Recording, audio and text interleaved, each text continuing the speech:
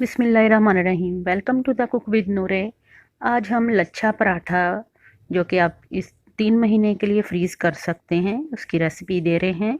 तो वीडियो को एंड तक ज़रूर देखिएगा और चैनल को सब्सक्राइब कर लें, बेल आइकन को ज़रूर दबाइए ताकि आपको हमारे नोटिफिकेशंस टाइम पे मिल जाएं। ये मेरे पास बटर पेपर है, इसके मैं पहले सर्कल काट लूँगी। जितने मैंने पराठे का साइज़ रखना है इस तरह के आप सर्कल काट लीजिएगा। जितने पराठे चाहिए उतनी आप सर्कल काट लीजिए। बटर पेपर ले लें या आप शॉपिंग बैग या पॉलीथीन बैग्स वगैरह इस तरह से लेके, तो इस तरह सर्कल काट के सबसे पहले रख लीजिए। चलिए, ये सर्कल हमने काट के एक साइड पे कर लिए। अब हमने जो इसके अंदर जो मावा लगाना है, ये देखें, देसी घी ले लें या सादा घी ले लें। आधा कप देसी घी या सादा घी मेल्टेड हो, उसमें 2 टेबलस्पून चावल का आटा और 2 टेबलस्पून आपने मैदा डाल के या कॉर्नफ्लोर डाल के, मैंने इसमें 2 टेबलस्पून चावल का आटा, 2 टेबलस्पून कॉर्नफ्लोर डाल के और हाफ कप जो है घी लेकर उसमें अच्छी तरह से इसको मिक्स कर लिया। इस लेई को हम पराठों के अंदर लगाएंगे। चलिए, आटा गूंदना मैंने पहले भी आपको सिखाया था इसका, तो दोबारा से मैं आपको फिर भी बता देती हूँ कि आधा किलो जो है मैदा और आटे का मिक्सचर ले लीजिए या थैले का आटा ले लें। आप मैदे का भी बना सकते हैं और आटे के भी बना सकते हैं। मैंने 2 कप मैदा और 2 कप आटा लेकर उसको मिक्स किया। 1 टेबलस्पून नमक, 1 टेबलस्पून चीनी और 2 टेबलस्पून घी डाल के इसको गूंद लिया। सख्त नीम गर्म पानी से सख्त डो गूंद ली थी। तो अब इसके पेड़े बना के, तो इस तरह से आप इसके पहले छोटे छोटे से इस तरह रोटियां बेल के एक साइड पे करते जाएंगे। आटा गूंद के हमने तकरीबन 1 घंटे के लिए इसको फ्रिज में रख दिया था रेस्ट के लिए। आटा आपने सख्त गूंदना है, सॉफ्ट नहीं गूंदना। इस तरह से ये देखें, रोटी हमने बेल ली है नॉर्मल से साइज़ की। तकरीबन 5 इंचज़ की ये रोटी है जो कि हमने बेली है। इसी तरह से बाकी भी रोटियां जो हैं उनको भी मैं 1 बाय 1 करके बेल लेती हूँ। ये तमाम रोटियां हमने बेल ली हैं, मैं आपको दिखा देती हूँ। ये देखें, इस तरह से 5 या 6 जितनी भी आप बेलना चाहें। मैंने 5, तकरीबन ये 6 बेली हैं। तो अब आपने हाथ की मदद से ये जो मिक्सचर बनाया है घी का और चावल का आटा और कॉर्नफ्लोर का, इसको आपने लगा देना है। इसको बहुत अच्छी तरह से आपने रोटी के ऊपर फैलाना है। तकरीबन 1 टेबलस्पून जो है वो एक रोटी के ऊपर लगाइएगा। अच्छी तरह से लग जाएगा तो फिर इसके ऊपर आपने मैदा जो है वो डस्ट करना है, छिड़क देना है। थोड़ा सा मैदा छिड़क दें या आटा छिड़क दें। अब दूसरी रोटी जो है उसकी लेयर लगाएंगे ऊपर, और अब इसके ऊपर फिर से मैदा और ये मिक्सचर जो बनाया हुआ है चावल का आटा और कॉर्नफ्लोर का, इस तरह से आपने इसको अच्छी तरह से लगाना है। इसी तरह से सारा जो है हम आटा लगाते जाएंगे। ये जो हमने मिक्सचर बनाया है और ऊपर से आटा या मैदा जो है वो छिड़कते जाएंगे। और मैं तमाम जो है इस तरह लेयरिंग कर लेती हूँ और फिर इसके बाद आपको इसकी डिटेल दिखाती हूँ। सबके ऊपर आपने इसी तरह से लगाते जाना है और इसकी लेयरिंग बनाते जाना है। और ये देखें, ये लास्ट वाली भी हमारी रोटी जो है इसके ऊपर भी हमने ये जो मिक्सचर लेई का बनाया हुआ था ये लगा दिया है। और ये देखें, मुकम्मल हमारा पूरा पूरा इस पे आ गया है। 6 पराठे हैं जिनको हमने इस तरह 1 बाय 1 लेयरिंग लगाई है। और सबसे ऊपर जो है मैंने लास्ट वाली जो तह थी उसके ऊपर भी लगाया है इसको, और इसके ऊपर मैदा छिड़क देंगे। सबसे एंड वाली ये देख रहे हैं आप, रोटी जो है इस पे भी लगाया है। अब आपने क्या करना है, एक साइड से आपने इसको फोल्ड करना शुरू करना है इस तरह से। ये देखें, फोल्ड करते जाएं, शेप देते जाइएगा। जितना आराम से आप इसको फोल्ड करेंगे, दबा दबा के नहीं करना ज़्यादा, ताकि इसकी लेयरिंग जो है वो बरकरार रहे, अंदर जो तहें बनाई हैं वो बरकरार रहें। इस तरह ये देखें, इनको प्रेस कर लीजिए हल्का सा शेप देने के बाद, और हाथों से थोड़ा थोड़ा इसको लंबा कर लेंगे हम। ये हमने हाथों से इसको लंबा कर लिया। अब मैं इसके जो हैं लोइयाँ काटूंगी, यानी कि पेड़े काटूंगी। तो अब ये आप देख सकते हैं, इस तरह से छोटे छोटे हमने पेड़े काट लेने हैं। इसके पेड़े काटने से ही आपको अंदाज़ा हो जाएगा कि इसके अंदर कितनी ज़्यादा लेयर्स हैं और कितने ज़बरदस्त ये आपकी, ये देखें लेयर्स जब आप बनाएंगे इनको तो बहुत ही खुल के लेयर्स आपके सामने आएंगी। ये देखें, ये लच्छे सारे नज़र आ रहे होंगे आपको पराठों के। इस तरह से आपने हाथ की हथेली की मदद से हल्का सा इसको एक साइड की तरफ को प्रेस करना है। एक साइड की तरफ प्रेस करने से लेयर्स पूरी खिल के, जब आप पराठा बनाएंगे तो पूरी लेयर्स निकलेंगी इसकी। इस तरह से ये देखें, हथेली की मदद से आपने हल्का सा दबाव दे दिया इनको। अब मैं ये एक जिप लॉक बैग ले लेती हूँ। अगर आप चाहें तो आप इनके पेड़े फ्रीज़ कर सकते हैं और उनको फ्रिज में एक हफ़्ते के लिए आसानी से रख सकते हैं। ये देखें, इस तरह से जिप लॉक बैग में आप पेड़े जो हैं उनको रख लीजिएगा और अच्छी तरह से बंद कर दें, या किसी भी एयर टाइट डिब्बिया डब्बे में डाल के तो उसमें भी रख सकते हैं, किसी भी कंटेनर वगैरह में। ये देखें, अच्छी तरह से बंद कर दिया है ताकि इसमें हवा जो है ना जाए। इस तरह से आप इनको एक हफ़्ते के लिए फ्रिज में रख सकते हैं और आसानी से जब ज़रूरत हो आप निकाल के तो उसका पराठा बना लें। ये एक तो ऑप्शन ये हो गया। दूसरा ऑप्शन जो है वो ये है कि इनके अब बनाएंगे हम पराठे। तो सबसे पहले अब मैं 1 बाय 1 करके सारे पराठे बेलती जाऊंगी। पराठे बेलते ही, पराठे जो हैं ये फ्रोज़न पराठे थोड़े से छोटे साइज़ के होते हैं, तकरीबन 4 to 5 इंचज़ का एक पराठा होता है। तो आप साइज़ बढ़ा भी सकते हैं और छोटा भी कर सकते हैं। मैंने मीडियम तकरीबन इनके साइज़ रखे हैं। ये देखें, इस तरह से ये देखें, पराठा बेलते बेलते भी आपको इसकी लेयरिंग नज़र आ रही होगी। सारे जितने भी पराठे हैं इस तरह से हम बेल लेते हैं। मैं इसमें से बाकी जो है निकालती जाऊंगी। आपने भी जब रोटियां इस तरह बनानी है तो पहले इनको रुमाल वगैरह से कवर कर देना है पेड़ों को, ताकि ये ड्राई ना हो। जिप लॉक बैग में रखने से ही ये बहुत ही टेंडर हो गए, सॉफ्ट हो गए। देखें डो कितनी आसानी से जो है अब बेली जा रही है। तो जितने भी हमने पराठे बनाने हैं इस तरह से सारे पराठे बना लेते हैं। ये देखें, 5 मैंने बना लिए हैं। मैं आपको दिखाती हूँ कि इनको सेफ कैसे करना है। ये बटर पेपर जो मैंने अभी काटा था, सबसे पहले काटने बताए हैं आपको। एक रोटी इसके ऊपर रख लीजिए, दूसरी लेयर फिर जिप लॉक बैग की काट के या पॉलीथीन काट के या बटर पेपर की काट के रख लीजिए। फिर एक और जो है बटर पेपर रख के तो उसके ऊपर एक और पराठा रख दिया। आप जितने चाहें इस तरह से 1 बाय 1 करके लेयरिंग करते जाएं और पराठे रखते जाएं।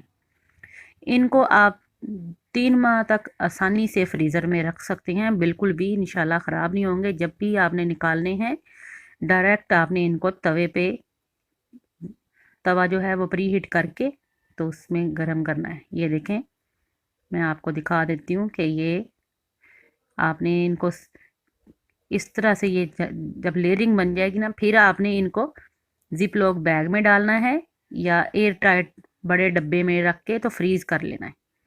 तो इसका पराठा जो है वो भी मैं दिखा देती हूँ आपको, कितना क्रिस्पी और कितना ज़बरदस्त इनका पराठा परतों वाला बनता है। ये देखें, डायरेक्ट आपने फ्रीज़र से निकाला और हल्की आंच पे आपका तवा गरम हो गया तो उसके ऊपर आपने ये पराठा डाल देना है। कोई इसको डीफ्रोस्ट करने की ज़रूरत नहीं होती, ना रूम टेम्परेचर पे लाने की ज़रूरत होती है। डायरेक्ट आपने तवे पे डाल के हल्का हल्का इस तरह प्रेस करना है और घी लगा लेना है दोनों साइडों पे इसके। ऑयल नहीं लगाएंगे, ऑयल लगाने से ये पराठे नरम पड़ जाएंगे, घी लगाने से ये पराठे बहुत ही कड़क और क्रिस्पी बनेंगे। ये देखें दूसरी साइड भी इसकी बहुत ही क्रिस्पी और क्रंची हो गई है और परतें नज़र आ रही होंगी आपको कितनी ज़बरदस्त है इसकी। ये देखें, तो ज़रूर ट्राई कीजिएगा इन पराठों को, बल्कि रमज़ान मुबारक से पहले आप इनको बना के फ्रीज़ कर सकते हैं ताकि रमज़ान में आप अपनी इबादत पे पूरी तवज्जो दे सकें। तो मुझे उम्मीद है कि आपको ये पराठे बहुत ही पसंद आएंगे और इनको ट्राई ज़रूर कीजिएगा। मुझे फ़ीडबैक में ज़रूर कमेंट बॉक्स में बताना है आपने कि कैसी लगी आज की आपको ये रेसिपी। तो फिर हाज़िर होंगे, अपना ख्याल रखिएगा, टेक केयर, अल्लाह हाफिज़। आज हम आपको पकोड़ा मिक्स बनाना सिखा रहे हैं रमज़ान मुबारक के लिए। एक महीने के लिए आप रमज़ान मुबारक के लिए पकोड़ा मिक्स बना के रख सकते हैं।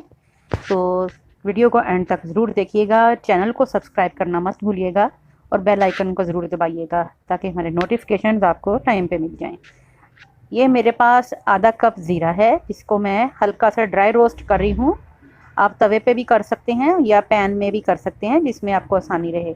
और इसमें 15 से 20 काली मिर्चें हैं और 2 दालचीनी के टुकड़े हैं। इनको अच्छी तरह से हम हल्का सा खुशबू आने तक, कलर आने तक इनको हल्का सा ड्राई रोस्ट करेंगे। 1-2 दालचीनी के टुकड़े मैंने डाले हैं इसमें, ऑप्शनल हैं, आप डालना चाहें या ना डालें, आपकी मर्ज़ी है।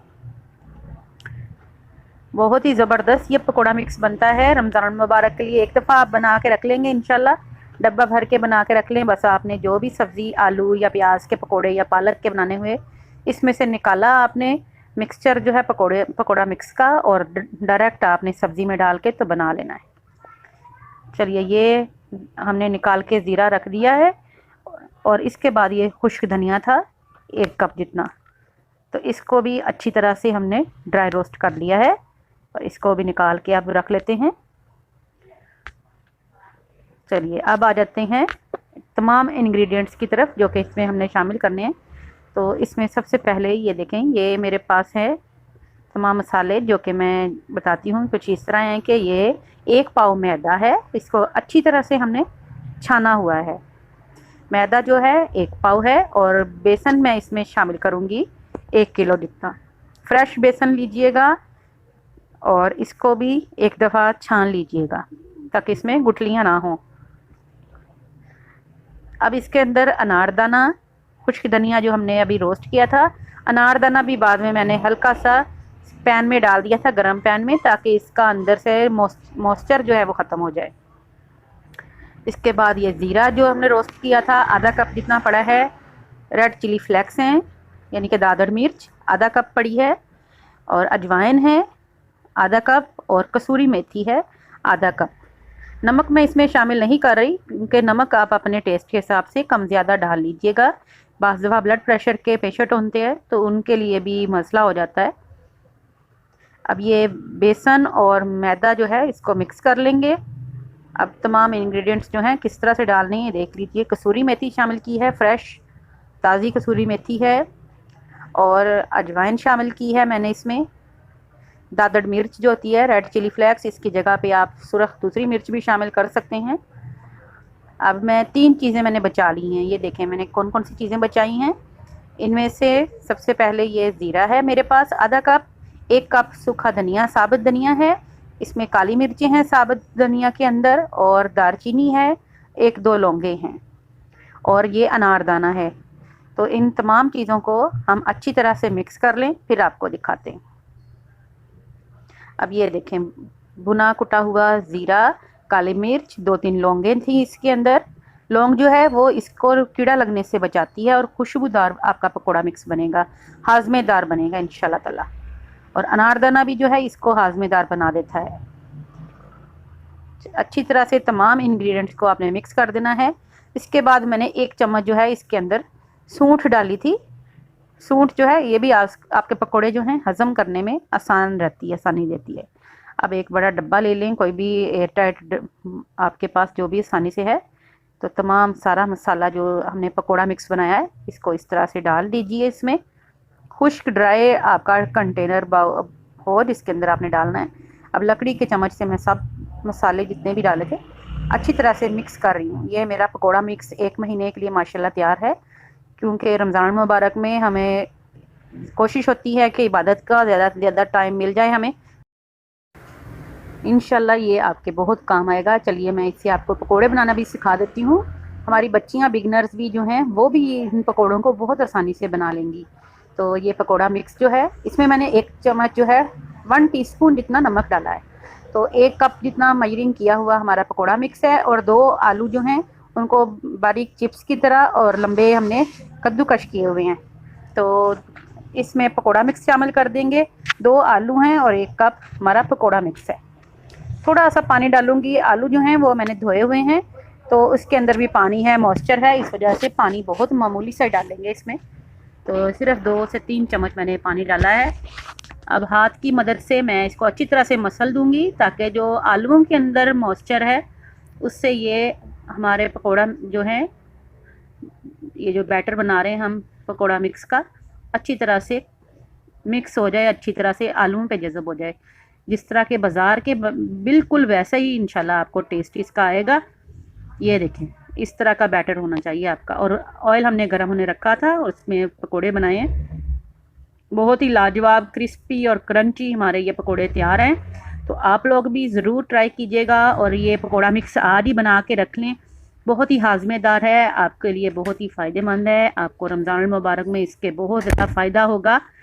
तो उम्मीद करती हूँ आज की रेसिपी आपके बहुत काम आएगी। दुआओं में याद रखिएगा, अपना ख्याल रखिएगा। अल्लाह हाफ़िज़। आज आपकी पुरजोर फरमाइश पे हम ब्रेड रोल्स वगैरह या स्प्रिंग रोल जो हैं उनकी शीट्स बनानी सिखाएंगे आपको। जैसे रोल पट्टी जिसको कहा जाता है, समोसा पट्टी मैंने पहले आपको बनानी सिखाई थी।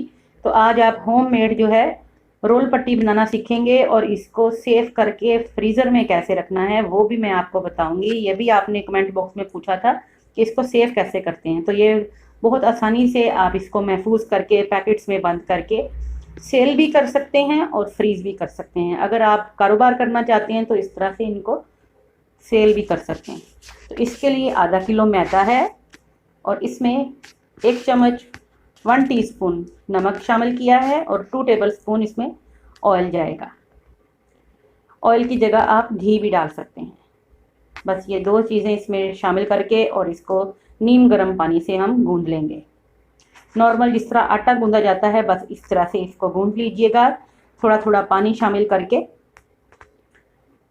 लेकिन बहुत ज़्यादा नरम नहीं गूंदना आपने, थोड़ा सा इसका जो है आटा थोड़ा टाइट रखिएगा, ताकि जब हम इसको रेस्ट देंगे आधा घंटे के लिए तो ये खुद ब खुद सॉफ्ट हो जाएगा। अब अच्छी तरह से ये देखें, आपको नज़र आ रहा होगा ये हार्ड है अभी, लेकिन जब मैं इसको कवर करके आधे घंटे बाद आपको दिखाती हूँ तो ये सॉफ्ट हो चुका होगा। अब ये देखें, ये मैं काट रही हूँ तो आपको अंदाज़ा हो रहा होगा हाथ की मदद से ही ये बहुत ज़बरदस्त जो है हैंडल हो रहा है। तो मैंने इसकी लोइयाँ काट ली हैं जितनी मुझे ज़रूरत है, बिल्कुल उसी तरह से जैसे कि हमने समोसा पट्टी बनाई थी। तो इसके पोर्शन काट लेंगे जितने आपको ज़रूरत है। और ये मैं विदाउट तवा आपको बनाना सिखाऊंगी, यानी कि तवे के बगैर बनाएंगे हम इनको। तो अभी छोटी छोटी जैसे रोटियां चपातियां होती हैं उस तरह से बेल लीजिए इनको, और इनको बेल के हम एक साइड पे रखते जाएंगे। इसी तरह से मैं चारों जो हैं रोटियां इनको बेल लूँगी पहले। अब ये चारों रोटियां हमारी बिल गई हैं, और इनके ऊपर सबसे पहले हम एक थाल ले लेंगे। ये मेरे पास पिज़्ज़ा का मोल्ड है, यानी कि पिज़्ज़ा की ट्रे है, सबसे लार्ज पिज़्ज़ा जो होता है। आप परात वगैरह या थाल भी ले सकते हैं, क्योंकि ये रोटी ज़रा बड़ी साइज़ की हम बनाएंगे रोल और समोसे के लिए। क्योंकि घर में बना रहे हैं तो आप साइज़ बड़ा रखें, आपकी मेहनत भी है तो आपको साइज़ भी अगर बड़ा मिल जाए तो रोल भी आपके बड़े बनेंगे। थोड़ा सा कुकिंग ऑयल डालेंगे ऊपर, ब्रश कर दें या हाथ की मदद से लगा दें, और एक प्लेट के अंदर जो है मैदा पास रख लेंगे। एक तो तरीका ये है कि आप रोटी डायरेक्ट मैदे में डाल दीजिए, और दूसरा तरीका मैं आपको बताती हूँ। ये देखें, इस पर मैदा कोट हो गया, लेकिन दूसरा तरीका ये है कि ऑयल लगा के थोड़ा सा मैदा छिड़क लीजिए। दूसरा भी हिस्सा, दूसरी रोटी भी इसी तरह डाल देंगे, और इसको हल्का हल्का दबा देंगे। थोड़ा सा ऑयल फिर लगाएंगे। किनारों पे ख़ास तौर पे ऑयल लाजमी लगाना है आपने, ताकि जब हम इसको उतारें तो आसानी से परतें जो हैं ये उतर जाएं। कोई ज़रूरी नहीं है कि आपकी रोटी जो है वो साइडों से किनारों से थोड़ी बड़ी होगी या छोटी होगी, जैसे कि ये देखें। तो लेकिन जब हम ये इसको बेल लेंगे और उतारेंगे तो इसके किनारे जो हैं वो हम यूज़ नहीं करेंगे, बल्कि वो बाद में पापड़ी वगैरह के काम आ जाएंगे सर्कल्स को जब हम काटेंगे। तो इसलिए ये कोई इशू नहीं है कि आपकी रोटी जो है वो सही तरह से नहीं बेली गई, बस बारीक रखिएगा, दरमियाने साइज़ की, जैसे चपाती बनाते हैं। तो अब ये सारी रोटी जो है हमने बेल के तो अच्छी तरह से इसको फैला देना है थाल पे। पूरे थाल के ऊपर ये हमारी जो है रोटी अच्छी तरह से आ जाए। ये देखें इस तरह से आ गई है। तो अब हम इसको जैसे तवे पे रोटी सेकते हैं इसी तरह इसको डायरेक्ट आग पे मैंने रख दिया है थाल को, और रुमाल की मदद से एहतियात से आप पकड़िएगा और मीडियम फ्लेम पे जैसे रोटी पकाई जाती है सेम उसी तरह से इसको सेकना है आपने। लेकिन ये ख्याल रखना है कि बहुत तेज़ आंच ना हो। ये देखें हल्की हल्की पकनी शुरू हो गई है। मीडियम टू हाई फ्लेम पे रखना है आपने। 2 से 3 मिनट के अंदर इसका खुद ब खुद किनारे जो हैं वो छोड़ने लग जाएगी, तो फिर आप टर्न कर दीजिएगा। ये देखें इसको आपने कलर नहीं देना, हल्के हल्के बस इस पर बबल्स आ जाते हैं। अगर ज़्यादा कुक करेंगे तो ये जल जाएगी और आपकी रोल पट्टी और समोसा पट्टी का वो टेक्सचर ही नहीं आएगा जो कि आपको चाहिए। चलिए अब दूसरी साइड भी मैंने टर्न कर दी है। तो ये हल्की हल्की देखें इस पर कलर आना शुरू हो गया है, लेकिन आंच हमने जो है बढ़ानी नहीं है बल्कि मीडियम ही रखनी है। अब मैंने बंद कर दी है आंच ताकि ये दूसरी साइड भी जो है थोड़ी सी पक जाए। तो इसके बाद उतार लेते हैं। थोड़ी सी अब 1-2 मिनट आपने रुकना है और इसके बाद इसके किनारे जो हैं जिस साइड से आसानी से उतरने लगे ये देखें उतार लेंगे। अब ये थोड़ी टूट भी रही है लेकिन कोई हर्ज नहीं, हमें इसका प्रॉपर पूरी लेयर चाहिए होती है। किनारे जो हैं वो थोड़े मोटे भी हो जाएंगे तो हम काट देंगे और बाद में यूज़ कर लेंगे। अब इस सब जो हैं एक दूसरे के ऊपर तहों की तरह लगा के रोटियां चारों, तो ये पहले मैंने रोल पट्टी बनाई थी उसको मैं शेप के लिए रख रही हूँ पास। तो इसी तरह से मैंने ये बनाई थी रोटियां, तो उनकी मैंने पहले बना के भी रखी है रोल पट्टी और उसी को ऊपर रख के तो शेप दे दी। आप गत्ते से काट के तो उसको भी शेप देने के लिए रख सकते हैं। तो ये हमारी रोल पट्टी बहुत ज़बरदस्त तैयार हो गई है, बिल्कुल परफेक्ट हमारी रोल पट्टी है और बहुत बारीक है। ये देखें क्योंकि हमने इसको बहुत बारीक पतला वाला बेला था। अब इसको पैक करना है, तो आप पैक करने के लिए ये देखें प्लेन जो बच्चों की कॉपीज़ के पेज होते हैं उस पर इसका साइज़ नाप लीजिए पहले, जो साइज़ भी आपने रोल का बनाया है। मैंने ये ट्रायंगल रोल बनाए हैं। ये बच्चों को बच्चियां जो हैं वो बड़ी आसानी से इसको हैंडल कर लेती हैं और इससे शेप बहुत प्यारी आती है स्प्रिंग रोल्स की। अब कैंची की मदद से मैं पेपर को काट रही हूँ बिल्कुल इसी तरह से। अगर जब आपने रोल पट्टी जब काटनी है तो आप गत्ते का इस तरह का मोल्ड काट के ऊपर रख के तो उस तरह से भी रोल काट सकते हैं। अब ये देखें ये हम काट के तो एक पेज जो है पेपर वो रख लेंगे। हमारा एक ये पीस जो है नीचे पूरी प्रॉपर हमें शेप मिल गई है। अब इसी पेपर को इसी शेप को हम फॉलो करते हुए गत्ता जो है इस तरह का, ये प्लेन साफ वाला कोई भी रजिस्टर का ले लें या कोई भी ले लें कॉपी का। ये मेरे पास कॉपी का रजिस्टर का गत्ता है, तो इसके ऊपर ही अब ये रोल पट्टी रख के तो इसको भी काट लेंगे। अब ये देखें ये इस तरह से मैंने गत्ता जो है उसको भी ट्रायंगल में काट लिया है रोल के बिल्कुल शेप के हिसाब से।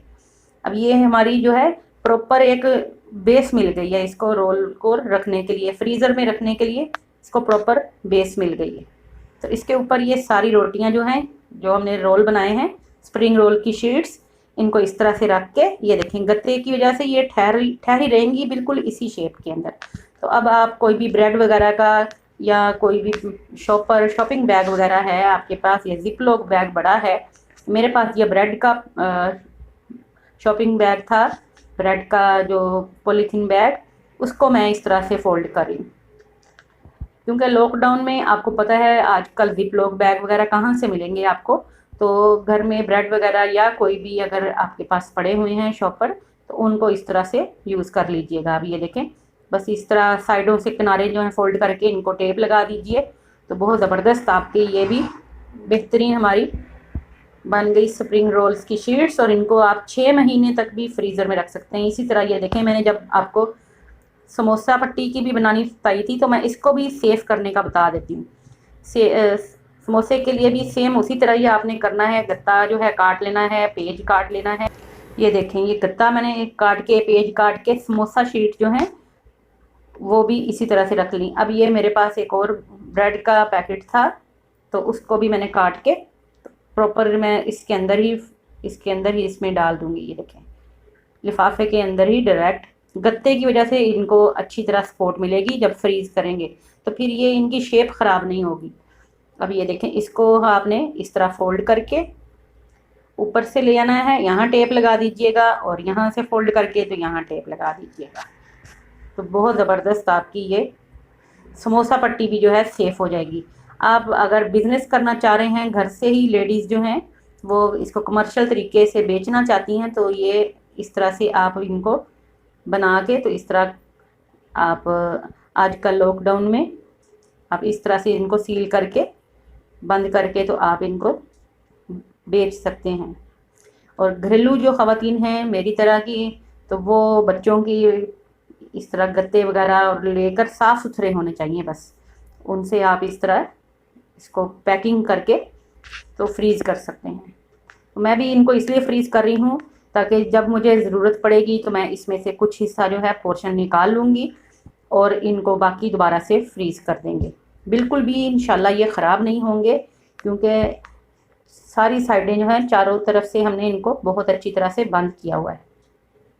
तो बहुत ज़बरदस्त ये मैं आपको आइडिया दे रही हूँ। आप लोग कोई भी इसको बना सकता है, बच्चियों को लगा लें, बच्चों को साथ लगा लें इसको पैक करने में। रोल पट्टी, समोसा पट्टी बना के आप उनको दे सकते हैं कि इस तरह रख लीजिए। ये देखें, बिल्कुल बाज़ार की तरह का आपका ये पैकिंग हो गई। तो इसी तरह से रोल पट्टी और समोसा पट्टी को महफूज कर लीजिएगा और कमेंट बॉक्स में बताइएगा कि आज की ये रेसिपी आपको कैसी लगी। स्प्रिंग रोल शीट्स ज़रूर बना लीजिए, बहुत काम आने वाली हैं आपके। तो दुआओं में याद रखिएगा। टेक केयर, अल्लाह हाफिज़।